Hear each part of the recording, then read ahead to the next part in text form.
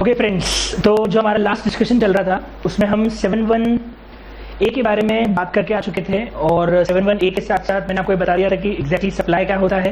मैंने आपको ये एक्सप्लेन कर दिया था कि जब हम सप्लाई की बात करते हैं तो सप्लाई के अंदर हम लोग सबसे पहले क्या चीज़ें कंसिडर करते हैं। 7.1 बोलता है 5 चीज़ों को काउंट करना है। अब बता सकते हो 5 चीज़ें क्या क्या है। यस, सबसे पहली चीज़ थी ट्रांजैक्शन होना चाहिए, दूसरी चीज़ थी बिजनेस होना चाहिए, कंसिडरेशन होना चाहिए, गुड्स और सर्विसेज होनी चाहिए और पर्सन होना चाहिए। पर्सन में मैंने ये भी बताया था कि टैक्सेबल पर्सन होना चाहिए और टैक्सेबल पर्सन की डेफिनेशन हम लोगों ने पढ़ी थी। टैक्सेबल पर्सन कौन होता है? टैक्सेबल पर्सन वो होता है जो कि या तो लायबल टू रजिस्टर्ड हो या फिर रजिस्टर्ड हो। ठीक है, तो इस डिस्कशन के बाद अब हम आगे बढ़ते हैं और हमारे रिविजन सेक्शन में हम आगे चलते हैं सेकंड डिस्कशन पे, जहां हम बात करेंगे 7.1 के बारे में। देखो 7.1 में हम लोग डिस्कस कर चुके हैं कि सप्लाई किसे मानते हैं, पर वहां पे एक इंपॉर्टेंट चीज थी, कंसिडरेशन होना जरूरी है। ठीक है, तो जब कंसिडरेशन के साथ सप्लाई होगी तो 7.1 की 5 शर्तें पूरी करने के साथ होनी चाहिए।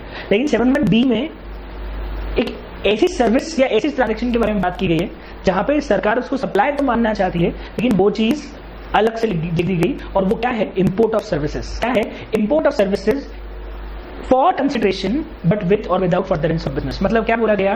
बिजनेस होना जरूरी नहीं है, अगर इंपोर्ट है तो हम इसको सप्लाई मानेंगे। और ये चीज मैंने आपको इवन जीएसटी में बेसिक में ही पढ़ाई थी। जिन लोगों ने जीएसटी का बेसिक रिवीजन में नहीं किया, मैं आपको बता दूं, इंपोर्ट ऑफ सर्विसेज पे जीएसटी लगता है और इंपोर्ट ऑफ गुड्स पे क्या लगता है? कस्टम्स एक्ट लगता है। इंपोर्ट ऑफ सर्विसेज पे क्या लगता है? जीएसटी। तो अगर इंपोर्ट ऑफ सर्विसेज है और वो विद कंसिडरेशन है तो बिजनेस होना जरूरी नहीं है। बिजनेस नहीं भी होगा तो उस केस में उसके ऊपर जीएसटी लगेगा। ये चीज 7.1 में लिखी हुई है। जब मैंने क्लास में एग्जाम्पल लिया था तो मैंने बोला था OIDR सर्विसेज में आती है नेटफ्लिक्स, अमेजन प्राइम, इस तरह के जो भी कंज्यूमर बेस्ड सर्विसेज हैं जो हम बाहर से इंपोर्ट करते हैं, कोई भी ऐसी सर्विसेज है जो हम बाहर से इंपोर्ट करते हैं तो उन सबके ऊपर जीएसटी लागू हो जाता है। उसको OIDAR सर्विसेज बुलाया जाता है, online information access retrieval services, online information database access retrieval services, ये उसका पूरा नाम भी है। ठीक है, चलिए, तो ये एक 7.1 हो गया। अब मैं आपको बता दूं कि सप्लाई को कवर करने के लिए हमारे पास में 3 चीजें और है। याद करो क्या क्या 3 चीजें थी, अब अच्छी तरह याद है, आप लोगों ने जीएसटी पढ़ा है। 3 चीजों में से पहली चीज आती है शेड्यूल 1। कोई बताएगा शेड्यूल 1 में क्या था? शेड्यूल 1 में कवर होता है सप्लाई विद कंसिडरेशन।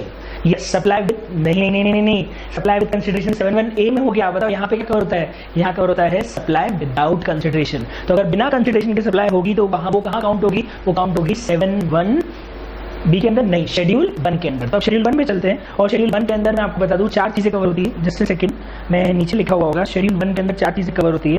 यस, सबसे पहली चीज है सप्लाई टू डिस्टिंक्ट पर्सन और relatives in furtherance of business. याद करो, अगर आपने अपने रिलेटिव्स या अपने डिस्टिंक्ट पर्सन क्या होता है पता है आप लोगों को? एक बार बता देता हूँ। डिस्टिंक्ट पर्सन की डेफिनेशन भी हम लोगों ने पढ़ी थी। डिस्टिंक्ट पर्सन में 3 चीजें आती है। याद करो, एक ही मालिक है लेकिन 2 अलग अलग ब्रांचें हैं 2 स्टेट के अंदर। एक ही मालिक है, एक इंडिया में है, एक फॉरेन ब्रांच है।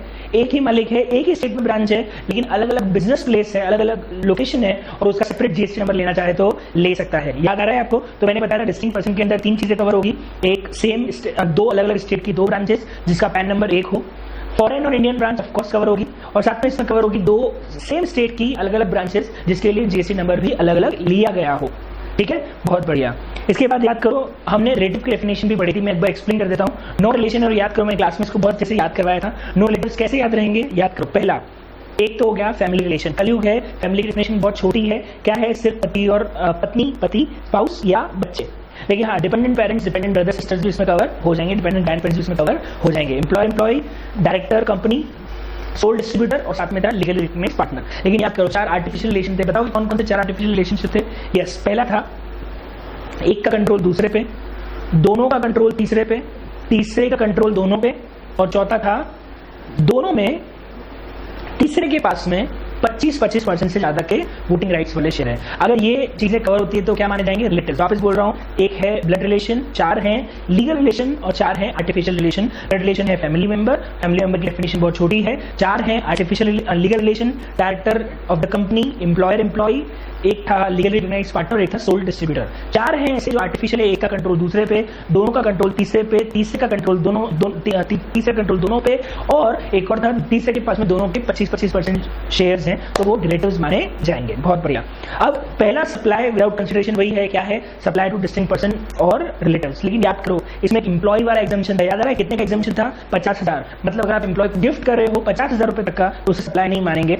बच्चों को एक डाउट रहता है कि सर 50,000 से ऊपर गिफ्ट हुआ तो पूरा अमाउंट टैक्सेबल होगा या सिर्फ ऊपर वाला अमाउंट होगा? देखो, आप अगर लैंग्वेज पे जाओगे तो यहाँ पे नहीं बोला क्या टैक्सेबल है क्या एग्जाम्प्ट है। यहाँ से इतना बोला गया है कि सप्लाई मानेंगे या नहीं मानेंगे। तो 50,000 से ऊपर का अमाउंट होगा तो सप्लाई है, 50,000 से कम का अमाउंट होगा तो सप्लाई नहीं है। इट मींस 50,000 से ऊपर का अमाउंट होने पे सप्लाई बाय डिफॉल्ट मानी जाएगी और पूरे पे टैक्स लगेगा, फिर आपको अमाउंट वाले कैलकुलेशन पे आने की जरूरत नहीं है। दूसरा क्या पड़ा था? दूसरा है शेड्यूल 1 का transaction, disposal of business assets on which ITC has been claim.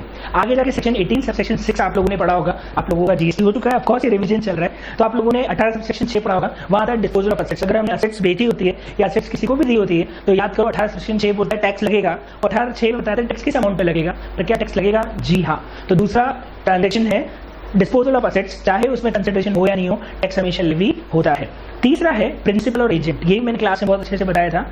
Principal और एजेंट के बीच में ट्रांजैक्शन होता है, वो भी सप्लाई है, लेकिन एक्सप्लेन कैसे किया था मैं आपको याद दिलाता हूं। मैंने इसमें बोला था कि अगर एजेंट अपने खुद के नाम से इनवॉइस बना रहा है, प्रिंसिपल से लिया और अपने खुद के नाम पे इनवॉइस आगे दिया, तो ऑफकोर्स प्रिंसिपल से जो इसने लिया है सप्लाई है, और आगे जो देगा वो भी सप्लाई है, क्योंकि इनवॉइस खुद के नाम से बना रहा है। लेकिन अगर एक ऐसा एजेंट है जो सिर्फ ऑर्डर लाता है, बिलिंग सीधे प्रिंसिपल कस्टमर को कर देता है, मेरा काम क्या है, मुझे सिर्फ कमीशन मिलेगा, ये माल सीधे का सीधा प्रिंसिपल ही कस्टमर को सप्लाई कर देगा, मतलब प्रैक्टिकली मुझे सिर्फ यहाँ पे क्या मिलेगा, मुझे सिर्फ कमीशन अमाउंट मिलेगा, बिलिंग सीधे प्रिंसिपल करेगा कस्टमर को, मुझे उससे मतलब नहीं है, मुझे सिर्फ पैसा ला के देना है, मुझे सिर्फ ऑर्डर ला के देना है। अगर ये केस है तो इन दैट केस मैंने आपको बताया था कि फिर इस प्रिंसिपल और एजेंट के बीच में सप्लाई वो गुड्स की नहीं है। ऑफकोर्स जो कमीशन होगा उस पर टैक्स लगेगा, लेकिन क्या गुड सप्लाई किए मैंने? बिल्कुल भी नहीं। मैंने सीधे के सीधे प्रिंसिपल ने कस्टमर को गुड सप्लाई किए, तो प्रिंसिपल और कस्टमर के बीच में तो सप्लाई है और वहां तो कंसिडरेशन भी है, लेकिन प्रिंसिपल और एजेंट के बीच में कोई सप्लाई नहीं है। तो यहाँ जो डीम सप्लाई माना है शेड्यूल 1 के अंदर, या जिसको सप्लाई मान रहे हैं, वो एक्चुअली कंसाइनमेंट तरह के ट्रांजैक्शन की बात हो रही है। यहाँ पे पहले मेरे पास माल आता है, फिर मेरे पास माल आने के बाद मेरा माल मैं अपने नाम से बिलिंग करके आगे नेक्स्ट पर्सन को भेजता हूँ, ये उसकी बात यहाँ पे हो रही है। आ रही है बात समझ में? नेक्स्ट ट्रांजैक्शन जो एक और यहाँ पे कवर हुआ है, चौथा ट्रांजैक्शन, ये बहुत काम का है, ये है इंपोर्ट फ्रॉम रिलेटिव्स। किस चीज का? गुड्स का या सर्विस का? पहली बात सर्विसेज का। क्यों? क्योंकि गुड्स की बात हम जीएसटी के अंदर करेंगे। अगर इंपोर्ट ऑफ गुड्स होता तो सीधे इसके ऊपर क्या लग जाता? इसके ऊपर सब कस्टम्स लग जाता है। इसके ऊपर अगर जीएसटी लग रहा है मतलब बात इंपोर्ट ऑफ गुड्स की हो रही है, इंपोर्ट ऑफ सर्विसेज की हो रही है, ऑफकोर्स बात इंपोर्ट ऑफ सर्विसेज की हो रही है। ये बात तो क्लियर हो गई। अब दूसरी बात आती है कि सर ये तो क्लियर हो गया कि हम सर्विस की बात कर रहे हैं, दूसरी बात आती है कि सर किससे किया है इंपोर्ट? अगर आपने रिलेटिव से इंपोर्ट किया है इंडिया में बिजनेस पर्पस के लिए, तो आपके ऊपर विदाउट कंसिडरेशन भी जीएसटी लगेगा। यहाँ पे विदाउट कंसिडरेशन जीएसटी लगाने का मेन मोटिव ये है कि सब रिलेटिव होने के कारण कंसिडरेशन नहीं भी होने पर जीएसटी लगेगा। सर्विसेज की वैल्यू अच्छी खासी होगी, लेकिन रिलेशन होने के कारण इसके ऊपर कंसिडरेशन नहीं दिया गया, तो ऑफकोर्स इस केस में जीएसटी जो है वो लागू होगा। तो शेड्यूल 1 के अंदर कितने ट्रांजेक्शन कवर हो जाते हैं? 4। जल्दी बताओ कौन कौन से 4 ट्रांजेक्शन है? पहला ट्रांजेक्शन था supply to relative, supply to distinct person. Distinct person में 3 थे, दोनों अलग स्टेट की ब्रांचेस, सेम स्टेट की 2 ब्रांचेस अगर सेपरेट रजिस्ट्रेशन लिया गया है, फॉरेन और इंडियन ब्रांचेस। दूसरा था रिलेटिव, रिलेटिव के अंदर नॉन रिलेशन पड़े, एक था फैमिली रिलेशन, 4 थे आर्टिफिशियल, 4 थे लीगल। उसके बाद हमने पढ़ा second disposal of assets on which ITC has been claimed.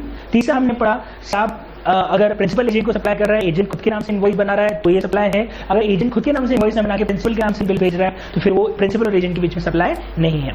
चौथा पढ़ा हम लोगों ने इंपोर्ट फ्रॉम रिलेटिव्स, लेकिन सर्विसेज का होना चाहिए, रिलेटिव्स होना चाहिए और बिजनेस पर्पस के लिए इंडिया में किया गया हो तो इसे भी शेड्यूल 1 में विदाउट कंसिडरेशन सप्लाई माना जाएगा। बताओ यहां तक समझ में आ गया? तो अब हमारे पास शेड्यूल 1 भी हो गया है पूरा। अब मैं आपको बता दूं शेड्यूल 1 के बाद हमारे सेक्शन 7 में और क्या बच जाता है? 7(1)(a) हो गया, 7(1)(b) हो गया, शेड्यूल 1 हो गया, 2 शेड्यूल बच जाते हैं, शेड्यूल 2 और शेड्यूल 3। शेड्यूल 2 मेरे हिसाब से अब कुछ रिलेवेंट नहीं बचा है, उसका कोई रिलेवेंस नहीं बचा है, क्योंकि अब वो सिर्फ ये बताता है किसे गुड्स मानेंगे और किसे सर्विसेज मानेंगे। पहले शेड्यूल 2 का रिलेवेंस बहुत ज्यादा हुआ करता था, मैंने क्लास में उसकी स्टोरी भी सुनाई थी, उस स्टोरी का हम रिविजन में नहीं आ रहे, मैं सिर्फ इतना बता रहा हूँ। अब शेड्यूल 2 का इतना रिलेवेंस नहीं रहा, उसमें सिर्फ डीम सप्लाई ऑफ गुड्स और डीम सप्लाई ऑफ सर्विसेज की ही बात हो रही है। तो हम सीधे चलते हैं शेड्यूल 3 पे, और शेड्यूल 3 बहुत काम का है। अगर मैं सेक्शन 7 में बात करूँ तो शेड्यूल 3 का अपने आप में बहुत बड़ा रिलेवेंस है। क्या है शेड्यूल 3? चलिए तो हम शेड्यूल 3 का जो डिस्कशन है वो स्टार्ट करते हैं, देखते हैं शेड्यूल 3 के अंदर हमें क्या क्या चीजें इसमें से पढ़नी है।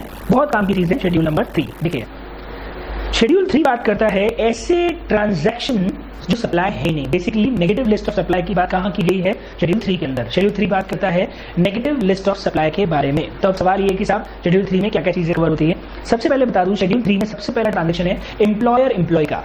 एम्प्लॉय ने एम्प्लॉयर को जो सर्विसेज दी है, पहली बात एम्प्लॉयर ने जो एम्प्लॉय को दिया है वो नहीं है, वो तो शेड्यूल 1 में सप्लाई विदाउट कंसिडरेशन में भी कवर हो जाता है, क्योंकि रिलेटिव्स में एम्प्लॉय भी कवर होते हैं। सो अगर एम्प्लॉयर एम्प्लॉय को कोई सर्विस गिफ्ट कुछ भी दे रहा है तो 50,000 से ऊपर होगा तो टैक्स ऑफकोर्स लगेगा। बात यहाँ पे एम्प्लॉयर एम्प्लॉय की बात नहीं हो रही है, नौकर मालिक को सर्विसेज दे रहा है, और यही नॉर्मल दुनिया की रीत चली आई है कि नौकर ही मालिक को सर्विसेज देता है, मालिक तो बदले में पैसे देता है, और पैसे तो गुड्स और सर्विसेज दोनों ही नहीं है। तो साहब मालिक जो नौकर को सर्विसेज दे रहा है उसकी बात नहीं कर रहे हैं, नौकर जो मालिक को सर्विसेज दे रहा है उसकी बात कर रहे हैं। क्या वो चीज सप्लाई है? नहीं। एक्चुअली एम्प्लॉइज को जो सैलरी मिलती है उसे जीएसटी के दायरे में लाया नहीं गया है, एम्प्लॉइज की सैलरीज पे जीएसटी नहीं लगता है। तो पहले फर्स्ट ट्रांजैक्शन ही कवर जाता है services provided by employee to employer in course of employment it is not covered under GST, इसके ऊपर जीएसटी लागू नहीं होगा। सेकंड है फीस चार्ज बाय कोर्ट और ट्रिब्यूनल। कोर्ट और ट्रिब्यूनल जो फीस चार्ज करता है, क्या उस पर जीएसटी लगेगा? जी नहीं, एक्चुअली जुडिशरी को जीएसटी के दायरे से बाहर रखा गया है और जो भी फीस कोर्ट और ट्रिब्यूनल चार्ज करता है उसके ऊपर जीएसटी नहीं है। लेकिन अभी ध्यान रखने वाली बात है, आर्बिट्रल ट्रिब्यूनल को जीएसटी है, क्योंकि लाइन लिखी हुई है फीस चार्ज बाय कोर्ट और tribunal which is framed under any law, और arbitral tribunal is not framed under any law, therefore arbitral tribunal के ऊपर जीएसटी लगता है। वो एग्जम्पशन के अंदर हम आगे जाके कवर भी करते हैं। तीसरा है सरकारी पोस्ट, इसकी नेता, एमएलए, एमपी, पार्षद, सारे के सारे पार्लियामेंट्री पोजीशन भी जीएसटी के दायरे से बाहर है। चौथा है sale of land and building, और ये बहुत काम का है। मैंने आपको इसको लेकर बड़ी इंपॉर्टेंट चीज बताई थी कि जो लैंड एंड बिल्डिंग की सेल है उसमें कब जीएसटी लगेगा और कब नहीं लगेगा। क्या आपको अच्छी तरह याद है? मैं एक बार फटाफट थोड़ा सा रिकैप देता हूँ, याद करवाता हूँ कि लैंड एंड बिल्डिंग में कब जीएसटी लगेगा और कब नहीं लगेगा। और अगर आपको कंस्ट्रक्शन को लेकर और अच्छे से चीजें समझनी है तो मैंने एक कंस्ट्रक्शन सर्विसेज को लेकर एक लेक्चर डाला है, वो मैं अगर नहीं भी डाला होगा तो मैं यूट्यूब पे डाल दूंगा। तो कंस्ट्रक्शन को लेकर जितनी भी चीजें हैं वो उस लेक्चर के अंदर कवर हो जाती है, वो जरूर देखना, that is related to construction services. पर ये लैंड एंड बिल्डिंग वाला पॉइंट उसी से रिलेटेड है, मैं एक बार थोड़ा सा उसको शॉर्टकट में बताता हूँ। देखिए, कहानी है कि साहब एक बिल्डर एक इमूवेबल प्रॉपर्टी पे जीएसटी है या नहीं है। देखिए सिंपल बात है, इसको दो टुकड़े में बांट देते हैं।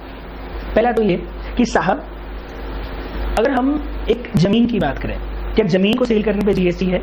बिल्कुल भी नहीं। पहले बता दूं, लैंड को सेल करने पे जीएसटी है ही नहीं। अगर कोई प्लॉट बेच रहा है तो उस पर जीएसटी नहीं लगेगा। इसको अपन कर देते हैं साइड में। दूसरे पॉइंट पे आते हैं। सर अगर एक बिल्डर है, एक डेवलपर है, कंस्ट्रक्शन कर रहा है, वहां जीएसटी है कि नहीं? यहां पे भी दो बातें आती है। पहली बात, क्या बिल्डर किस मॉडल पे काम कर रहा है? कुछ बिल्डर ऐसे होते हैं जो बैंक फाइनेंस लेते हैं, अपने बलबूते पे बिल्डिंग खड़ी करते हैं, पूरी बिल्डिंग तैयार करते हैं और फिर फ्लैट्स बेचना चालू करते हैं। क्या आप उस बिल्डर की कैटेगरी में आते हो? अगर आप उस बिल्डर की कैटेगरी में आते हो तो आप पे भी जीएसटी नहीं है। तो फिर जीएसटी बचता किस पे? एक्चुअली जीएसटी उन बिल्डर्स पे बचता है जो लोग प्लॉट खरीदते हैं। प्लॉट खरीद के लोगों से बोलते हैं कि आप अपना फ्लैट विला बुक कीजिए, हम आपको बता रहे हैं कि ऐसा विला बनेगा, ये बनेगा, वो बनेगा, पैसा दीजिए, हम आपके लिए आपका मकान बना के देंगे। पैसा दोगे तो आपका मकान देंगे, अगर पैसा नहीं दोगे तो हम मकान कहाँ से बनाएंगे? क्योंकि जमीन हमारे पास है, ये हमारे पास बनाने का पैसा नहीं है। तो हमें एडवांस लोगों से लेना पड़ता है। और जब भी ऐसे तरह से बिल्डरशिप होती है, नॉर्मली ऐसे ही होती है, और जब भी इस तरह की बिल्डरशिप होती है तो उस केस में फिर जीएसटी अट्रैक्ट हो जाता है। तो ये बहुत इंपॉर्टेंट बात है, ये बहुत ही काम की बात है समझने की है कि क्या GST cell of land building पे है या नहीं है। तो मैंने आपको बता दिया, शुरू से बात करें, मकान बना रहे हो कि जमीन बेच रहे हो? सिर्फ जमीन बेच रहे हो, जीएसटी नहीं है। मकान बना रहे हो, क्या मकान बनाया बेच रहे हो? जीएसटी नहीं है। क्या मकान बना के दे रहे हो? हाँ। क्या पैसा एडवांस ले रहे हो? नहीं, तो भी जीएसटी नहीं है। क्या मकान बना के दे रहे हो? हाँ। क्या पैसा एडवांस ले रहे हो? हाँ, तो ही जीएसटी लगेगा, अदरवाइज आपके ऊपर जीएसटी नहीं लगेगा। और डीप में अगर आपको समझना है तो कंस्ट्रक्शन वाला लेक्चर आप देख सकते हो, उसमें और अच्छे से आपको सारी बातें क्लियर हो जाती है। आगे अगर हम बढ़े तो नेक्स्ट एक और शेड्यूल 3 की सर्विसेज आती है, सबको पता है, मरने के बाद वाली सर्विसेज, फ्यूनरल, ब्यूरियल, मॉर्चरी, ये सारी सर्विसेज, क्रिमेशन, ये सारी सर्विसेज भी जीएसटी के दायरे से बाहर है। ऑफ कोर्स मरने के बाद इंसान से क्या टैक्स ले? सरकार पूरा खून चूस चुकी है जब वो जिंदा था, मरने के बाद कम से कम उसकी आत्मा को शांति मिलनी चाहिए। अगला क्या है साहब? अगला है एक्शनेबल क्लेम्स पे सप्लाई नहीं है, लेकिन बेटिंग, गैम्बलिंग और लॉटरी टिकट्स पे जीएसटी है। एक्शनेबल क्लेम्स में से 3 चीजों पर जीएसटी लगाया गया है। इन 3 चीजों को छोड़ के बाकी सब चीजें सप्लाई की डेफिनेशन से बाहर है। वो 3 चीजें क्या क्या है? लॉटरी, गैम्बलिंग और बेटिंग सर्विसेज। बहुत बढ़िया। अब आता है और क्या चीजें, एक और है गवर्नमेंट वाली पर इंपॉर्टेंट नहीं है, पर यस एक और इंपॉर्टेंट सर्विस है जो इसमें कवर नहीं होती है, वो मैं आपको एक्सप्लेन कर देता हूँ। एक्चुअली अमेंडमेंट है, शायद इसमें कवर नहीं हो पाया, मैं एक्सप्लेन कर देता हूँ उसको। एक तो है कस्टम वेयर हाउस वाली, जो मैंने आपको क्लास में बताई थी, जो अमेंडमेंट में भी है, मैं आपको बताता हूँ क्या है वो सर्विस कुछ ऐसी है कि अगर आप इंपोर्ट कर रहे हैं और अभी आपका इंपोर्ट चल रहा है, इन द केस अभी तक आपने कस्टम क्लियरेंस नहीं कराया, ड्यूटी जमा नहीं कराया, माल पोर्ट या कस्टम के वेयर हाउस में रखा है, और वहां से अगर आपने माल किसी और पार्टी को बेच दिया, तो क्या इस केस में जीएसटी अट्रैक्ट होगा? जी हाँ, अट्रैक्ट होगा, लेकिन शेड्यूल 3 बोलता है कि हम उसको जीएसटी नहीं लगाएंगे। अब आप बोलोगे क्यों? क्योंकि उसका इंपोर्ट ही कंप्लीट नहीं हुआ है। सप्लाई की डेफिनेशन से बाहर कर दिया गया उस ट्रांजैक्शन को जहां पे इंपोर्ट ड्यूटी पे होने से पहले माल आप इंडिया में सेल कर देते हो, वेयर हाउस से, पोर्ट से आपने माल किसी और को दे दिया, अभी तक माल साहब कंप्लीट होकर इंपोर्ट नहीं हुआ है, इन कोर्स ऑफ इंपोर्ट ही आपने माल किसी और को बेच दिया, डॉक्यूमेंट ऑफ टाइटल ट्रांसफर कर दिया, बिल ऑफ रेटिंग उसके नाम पे नेगोशिएट कर दिया, उसके नाम पे टाइटल का डॉक्यूमेंट जो इंडोर्स कर दिया, आज से वो प्रॉपर्टी, आज से वो गुड्स उसके हो गए, लेकिन अभी तक इंपोर्ट ही नहीं हुआ है, आपने ड्यूटी पे नहीं करी है, तो अभी उसके ऊपर जीएसटी नहीं लगेगा। आप इंपोर्ट ड्यूटी पे करके माल क्लियर कर लीजिए, जीएसटी इसके ऊपर देने की जरूरत नहीं है। तो नेक्स्ट ट्रांजैक्शन यही था, दैट इज रिगार्डिंग कस्टम वाला। एक और आखिरी ट्रांजैक्शन है और वो ट्रांसपोर्टर्स के ऊपर मेनली एप्लीकेबल होता है, बस ऑपरेटर्स और ट्रांसपोर्टर्स के ऊपर। आपकी एक बस आपकी दूसरी ब्रांच जा रही है, एक आप बस ऑपरेटर हो, इंदौर से आपकी गुजरात की एक ब्रांच में बस जा रही है, क्यों साहब? पैसेंजर को लेके। आपका ट्रक जा रहा है इस ब्रांच से उस ब्रांच के उस गुड्स को लेके, तो गुड्स के ऊपर तो जीएसटी जिसका गुड्स होगा उसने पे कर दिया। मेरा क्या है, गुड्स मेरे थोड़ी है, मेरा काम तो ट्रांसपोर्टर था, मेरी तो गाड़ी है, गुड्स तो किसी और के हैं, उसके ऊपर तो जीएसटी उस हमारे आदमी ने पे कर दिया होगा। मेरा क्या है, मेरी तो गाड़ी जा रही है एक ब्रांच से दूसरी ब्रांच, एक ब्रांच से दूसरी ब्रांच पे कोई भी चीज ट्रांसफर होने पे जीएसटी है। लेकिन अगर कन्वेंस एक ब्रांच से दूसरी ब्रांच जा रहा है तो कन्वेंस के ऊपर जीएसटी ट्रांसपोर्टर को देने की जरूरत नहीं है। भाड़े पे दूंगा, जी हाँ दूंगा। अगर मैं गाड़ी को रिपेयरिंग कराने वहां भेज रहा हूं और वहां से रिपेयर हो क्या रहा है, क्या उस पर दूंगा, जी हाँ दूंगा। लेकिन यहाँ से जो गाड़ी बाहर जा रही है उसके ऊपर मुझे कोई जीएसटी देने की जरूरत नहीं है। प्रैक्टिकली पॉसिबल भी नहीं था। मेरी गाड़ी हर कुछ दिनों के अंदर एक ब्रांच से दूसरी ब्रांच जाती है, तो क्या मैं उसके ऊपर जीएसटी पे करूंगा? Not at all, that's not possible. तो that was regarding schedule number 3। ये हमारा जो है सेक्शन 7 पूरा कंप्लीट हो जाता है। मैं एक बार फिर आपको बता दूं, सेक्शन 7 के 5 टुकड़े हैं, 7(1)A, 7(1)B, schedule 1, schedule 2, schedule 3। 7(1)A के अंदर 5 चीजें हैं। 5 चीजें क्या क्या है? Transaction, business, consideration, goods, services और टैक्सेबल पर्सन। उसके बाद 7(1)B में इंपोर्ट ऑफ सर्विस है, विद और without furtherance of business, consideration होना जरूरी है। तीसरा था शेड्यूल 1। शेड्यूल 1 में 4 ट्रांजैक्शन है, supply to relative, supply to distinct person. Distinct person 3 तरह के हैं, दोनों स्टेट की दो अलग अलग स्टेट की ब्रांचेस, एक स्टेट की 2 ब्रांचेस अगर अलग जीएसटी नंबर लिया गया है, या एक फॉरेन और इंडियन ब्रांच। रिलेटिव 9 है, जिसमें एक फैमिली मेंबर है, 4 लीगल है और 4 आर्टिफिशियल रिलेशनशिप कवर हो जाते हैं। इसके बाद में शेड्यूल नंबर 2 में डीम सप्लाई ऑफ गुड्स और सर्विसेज है, जहां से किसको गुड्स मानना है किसको सर्विसेज मानना है वो है नॉट इंपॉर्टेंट। सॉरी, शेड्यूल 1 में और भी चीजें थी, मैं भूल गया। एम्प्लॉय का एग्जम्पशन है 50,000 का, वो मैंने बता दिया आपको। शेड्यूल 1 में दूसरी चीज है प्रिंसिपल एजेंट, तीसरा है supply of capital assets on which ITC claim, और चौथा है import of services. Import of services relative से होनी चाहिए, बिजनेस पर्पस के लिए इंडिया में होनी चाहिए। शेड्यूल 2 इंपॉर्टेंट नहीं है, डीम सप्लाई ऑफ गुड्स और सर्विसेज, उसमें से ये बताया किसे गुड्स मानना है किसे सर्विसेज की सप्लाई माननी है। शेड्यूल 3 बहुत काम का है, उसके अंदर कुल मिला के 8 या 9 ट्रांजैक्शन कवर होते हैं। एम्प्लॉयर एम्प्लॉय को देगा तो नहीं, एम्प्लॉयर को सर्विसेज देगा, वो जीएसटी के दायरे से बाहर है। कोर्ट ट्रिब्यूनल की फीस जीएसटी के दायरे से बाहर है। इसमें कवर होता है मेंबर ऑफ पार्लियामेंट, एमएलए की सर्विसेज, वो भी जीएसटी के दायरे से बाहर है। कस्टम हाउस वाला जो मैंने अभी आपको बता दिया, कस्टम पोर्ट पे अगर आप सप्लाई करते हो वो जीएसटी के दायरे से। फ्यूनरल बाहर है, ब्यूरियल सर्विसेज बाहर है।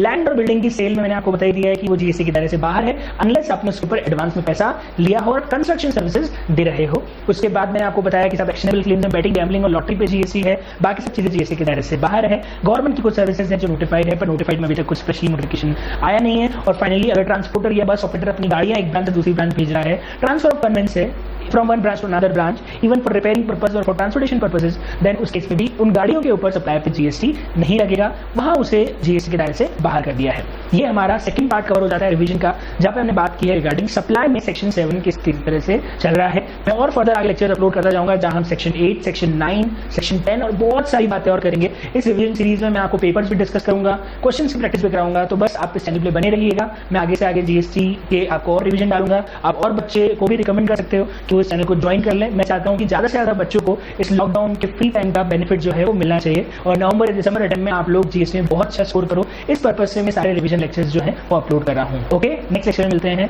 Thank you.